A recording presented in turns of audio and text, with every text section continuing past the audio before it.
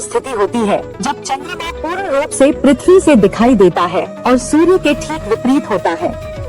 वैशाख पूर्णिमा वैशाख मास की शुक्ल पक्ष की अंतिम तिथि होती है और यह अप्रैल अथवा मई महीने में आती है। इस दिन चंद्रमा अपनी 16 कलाओं से पूर्ण होता है, जिसे पूर्णिमा की संज्ञा दी जाती है। बौद्ध धर्म में वैशाख पूर्णिमा का विशेष स्थान है, यह जानिए। बौद्ध धर्म में वैशाख पूर्णिमा को बुद्ध पूर्णिमा के रूप में मनाया जाता है। यह दिन भगवान गौतम बुद्ध के जन्म, ज्ञान प्राप्ति, बोधि और महापरिनिर्वाण तीनों घटनाओं से जुड़ा हुआ है। यह अत्यंत दुर्लभ संयोग है कि एक ही तिथि पर बुद्ध के जीवन की 3 महत्वपूर्ण घटनाएं घटित हुई। भगवान बुद्ध का जन्म हुआ था इस दिन। कहा जाता है कि वैशाख मास की पूर्णिमा को भगवान बुद्ध का जन्म लुम्बिनी, वर्तमान नेपाल में हुआ था। उनके बचपन का नाम सिद्धार्थ था। शाक्य वंश के राजकुमार सिद्धार्थ ने बाल्यकाल से ही संसार की नश्वरता और दुखों को समझ लिया था। उनकी ज्ञान प्राप्ति के बारे में जानिए। 29 वर्ष की आयु में उन्होंने संसारिक जीवन का त्याग कर तपस्या का मार्ग अपनाया। वर्षों की साधना और ध्यान के बाद वैशाख पूर्णिमा के दिन ही उन्हें गया में बोधिवृक्ष के नीचे ज्ञान प्राप्त हुआ और वे बुद्ध बने। उनके महापरिनिर्वाण के बारे में जानिए। 80 वर्ष की आयु में वैशाख पूर्णिमा को ही बुद्ध ने कुशीनगर में महापरिनिर्वाण प्राप्त किया।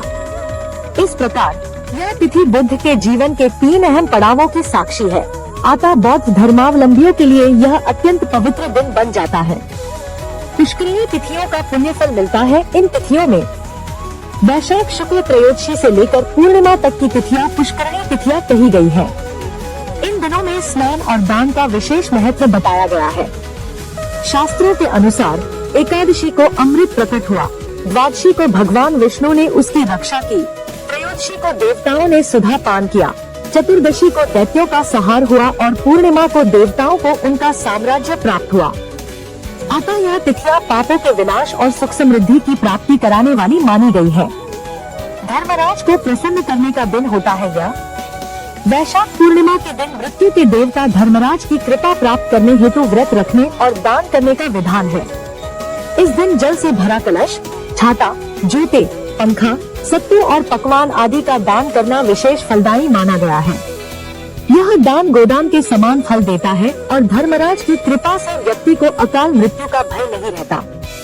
नारद पुराण के अनुसार इस दिन जितना अधिक दान किया जाए उतने ही शुभ फल प्राप्त होते हैं।